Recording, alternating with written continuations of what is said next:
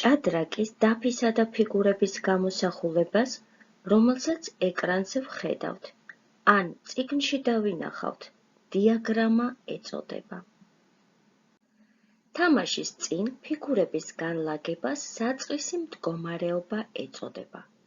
გახსოვდეთ, პირველ და მეორე ჰორიზონტალზე ყოველთვის თეთრი ფიგურები განლაგდებიან, მეშვიდე და მერვე ჰორიზონტალზე კი შავი ფიგურები.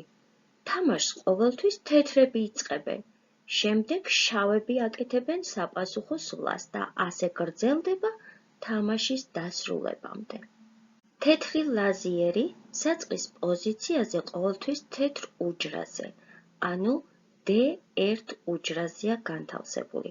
შავი ლაზიერი კი ყოველთვის შავ უჯრაზე, D8 უჯრაზეა განთავსებული. მეფეები კი ლაზიერების მარჯვნივ E1 და E8 უჯრაზე განლაგდებიან.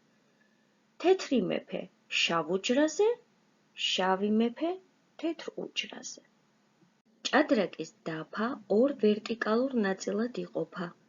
მარცხენა ნაწილი ლაზიერის ფლანგი და მარჯვენა ნაწილი მეფის ფლანგი. ჭადრაკის დაფა ასევე იყოფა ორ ჰორიზონტალურ ნაწილად. პირველი, მეორე, მესამე და მეოთხე ჰორიზონტალებს, რომლებიც დიაგრამაზე წითელი ისრებითაა აღნიშნული, თეთრების ნახევარი ეწოდება. მეხუთე, მეექვსე, მეშვიდე და მერვე ჰორიზონტალებს კი, რომლებიც ყვითელი ისრებითაა აღნიშნული, შავების ნახევარი ეწოდება. დაფაზე დახრილად განლაგებულ ერთი ფერის უჯრათა რიგს დიაგონალი ეწოდება. დაფაზე ორი ფერის დიაგონალია, თეთრი და შავი. თეთრი უჯრების რიგს თეთრი დიაგონალები ეწოდება და შავი უჯრების რიგს კი შავი დიაგონალები.